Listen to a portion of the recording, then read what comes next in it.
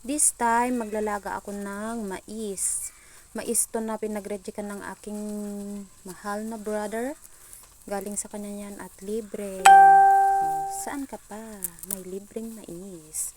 I-prepare ko na nga itong mais para ilaga para sa merienda namin. Mamaya, magpe-prepare ako ng meriendahin namin na mais na nilaga.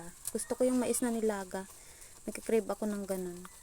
Kaya ilalaga ko yung mais. So nilinisan ko na yung mais.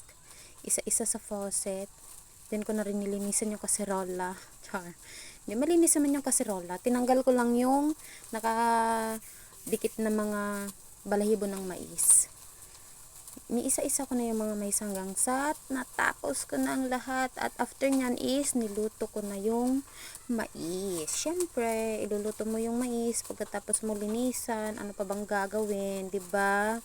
Oh, agree? Agree. Diyan is yung mga niyog na kinuha namin. Buko yan, pero anak ko, Diyos ko, hindi pala buko. Matigas na buko. Kaya hindi namin nakain yung laman. Sabaw lang yung nakuha namin.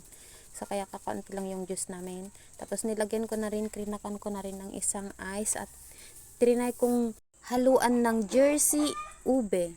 Condense. Ayan. Para tuloy itim yung kulay. Hay, kung ano-anong mga pinaggagawa kong dinidiscover kong pagkain. Pero, yung result naman is okay. Okay naman yung naging result. Masarap naman. At andyan yung aking lady robot na pa-extra-extra. Hinalo ko na nga ng mabuti. Yan. Halo pa more. O, ayan yung jersey ube. Let's see. Hindi ko lang pero naging blood. Ay, char. O, diba kakaiba? Diyan is, hinango ko na rin yung mais para ma-cool down. Para mamaya is, hindi na kami mahirapan na kumain ng mais. Bali yung mais is binigyan ko na rin si nanay para may merienda rin sila at saka binigyan ko rin sila ng juice. Habang kumakain kami, nagme-merienda kami dito is kausap namin ang aking mahal na asawa sa phone and other line. Dalawa yung gamit naming cellphone, yung gamit naming isa is yung phone ni Papa. Yan. Happy kami. Merienda time tayo. Merienda time. Happy time again. Bye-bye.